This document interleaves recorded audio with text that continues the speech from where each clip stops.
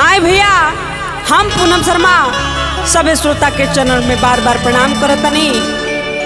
आज अपन चैनल पूनम शर्मा ऑफिशियल के माध्यम से रउआ सभे के बीच उपस्थित बानी। नवरात्र में आगमन भइल बा और माई के आगमन भइल बा। आज हमने विनोद बिहारी रिकॉर्डिंग स्टूडियो हसनपुरा में सभी कलाकार उपस्थित बानी। आप सबके बीच कुछ भजन लेके आए, सुनल जाओ। भक्त माई से अर्जी करता, गुहार करता, कैसे बुलावता। आवो छोड़ी माई ऊंचारे पहाड़, प्यार तनी हमरो के दाना।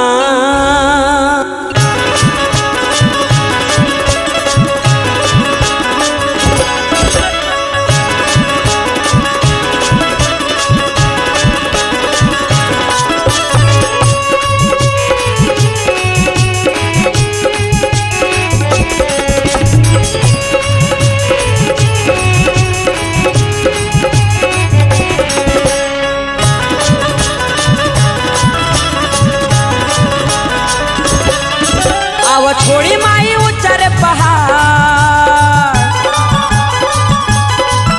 आवो छोड़ी माई ऊंचारे पहाड़, प्यार तनी हमरो के दाना।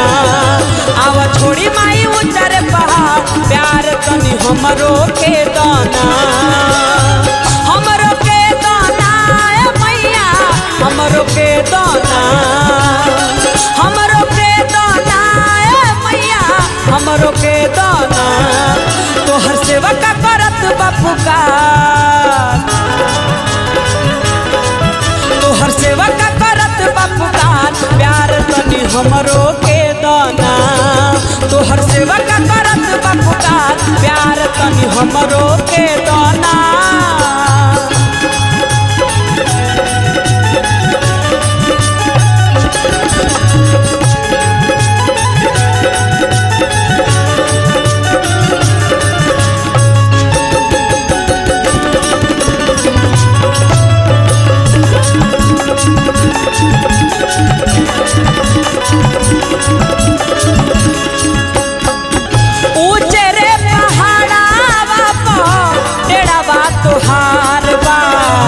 चलल नाही जाला दर्शन करके विचार बा।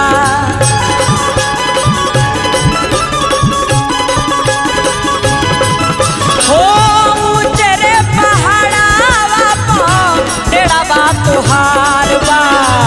चलल नाही जाला दर्शन करके विचार बा। तनी सुनल तू अर्ज हमार, तनी सुनल तू अर्ज हमार, प्यार तनी हमरो के दाना।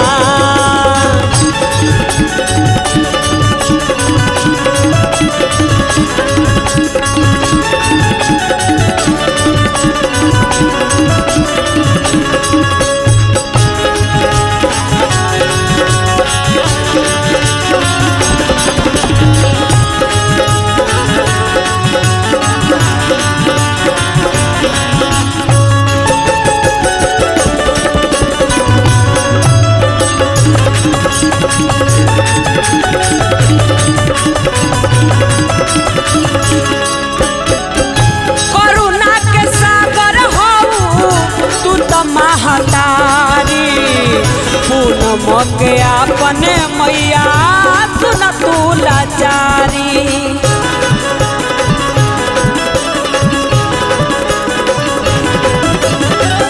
करुणा के सागर हऊ तू त महतारी, पूनम के अपना मैया सुन तू लाचारी। निकेशो बाबा पकर तू विचार, तनी छोट पकर तू विचार, प्यार तनी हमरो के दाना।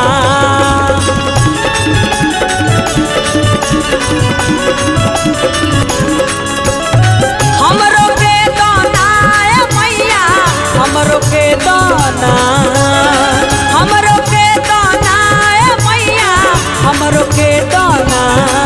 तोहर सेवा का करत बपुकार